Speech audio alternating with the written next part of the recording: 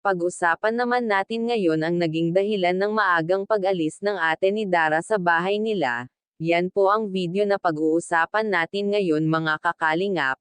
At bago po tayo magsimula ay gusto ko lamang i-shoutout ang ating mga minamahal na mga viewers at supporters. Kaya pala maagang umalis ang ate ni Dara para umuwi sa lugar ng kanyang asawa dahil ayaw na itong paalisin ni Dara. Kaya naman umalis ito nang walang paalam kay Dara para wala nang iyakan na maganap pa. Ngunit paggising ni Dara ay nagtaka ito bakit wala na ang kanyang ate. Agad naman na sinabi ni Bea na umalis na ito. Minabuti na hindi na magpaalam ito kay Dara para hindi na ito mapigilan ang kanyang pag-uwi.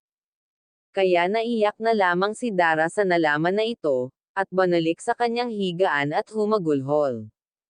At narinig ito ng kanyang ama kaya tinanong siya kung bakit umiiyak. Ngunit pinaliwanagan ito ng ama na minabuti ng ate na hindi na magpaalam sa iyo Dara para wala nang iyakan na maganap.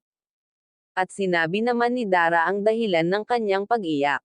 Ang dahilan pala ng kanyang pag-iyak ay nalulungkot siya dahil umalis na ang kanyang ate para umuwi sa lugar ng kanyang asawa. At ang ama naman niya ay nagpaalam sa kanya na aalis muna ng ilang araw. Kaya nanibago si Dara sa kanyang bahay dahil sila na lamang dalawa ni Bea sa bahay nila. Namiss agad nito ang pagsama-sama nila na buong pamilya. Anay agad siya na magkakasama sila, kaya parang bagla niya na-miss ang bonding nila magpamilya. Kaya kung bago ka pa lamang sa aking channel at kung napadaan lamang ako sa wall nyo ay baka pwede pakisubscribe.